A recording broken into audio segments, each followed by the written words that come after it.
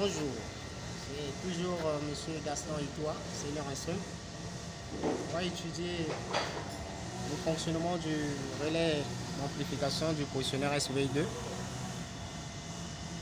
son rôle dans notre positionneur, comment la vanne fait pour se fermer et pour s'ouvrir lorsqu'on envoie une commande. Le positionneur, là on a tout ceci se trouve dans le positionneur. Là, j'ai représenté le cerveau moteur de la vanne. Là où se passe la course de la vanne. Physiquement, elle est là. Et là, c'est le cerveau moteur. Le positionneur, j'ai symbolisé le relais par ceci, schéma du relais. Là, on a la palette. Là, on a la buse. Là, on a représenté la bobine. Elle est là, la bobine. Et ça, c'est le relais. Voilà. Là, nous avons notre source en pression, le réseau. Et là, on a le détendeur. Ici, vous avez le détendeur. La sortie, on a réglé le détendeur à 1,2 bar. Et quand les 1,2 bar arrivent, ça passe par cette chambre qu'on a symbolisé la chambre D dans notre relais. Vous voyez que dans la chambre D, on a un clapet d'admission équipé d'un ressort qui le coince. Le clapet bouche un orifice par là pour empêcher l'air de passer dans la chambre C. Donc l'air dans la chambre D va emprunter ce cheminement, passe par une restriction et se retrouve dans la chambre A. Et par là, l'air va s'échapper au niveau de la buse. Et quand on envoie une commande en courant, un signal électrique qui va de 4 à 20 milliampères. Quand on envoie par exemple 20 milliampères, le courant arrive au niveau de la bobine. Et le champ magnétique de la bobine va tirer la palette pour venir obstruer la buse complètement. Et la pression dans la chambre A va monter.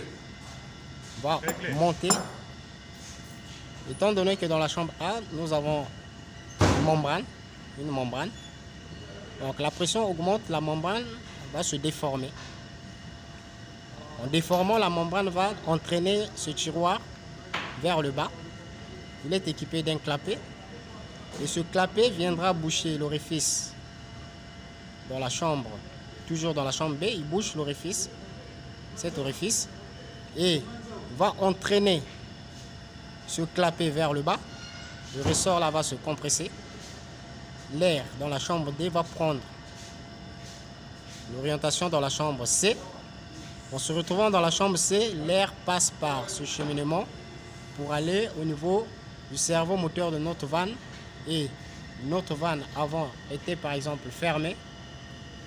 Il va commander l'ouverture à 100% de la vanne. Physiquement, si on peut le voir par exemple, là je suis à 4 milliampères. Quand j'envoie 20 milliampères, vous voyez, la vanne s'est ouverte à 100%. Tout se passe au niveau du relais. Donc, comment la vanne s'est ouverte à 100%? C'est que la palette a bouché l'orifice de la buse. La pression dans la chambre A s'est augmentée et a entraîné l'ouverture de ce clapet, la fermeture de ce clapet, et la pression se retrouve au niveau du cerveau moteur de la vanne.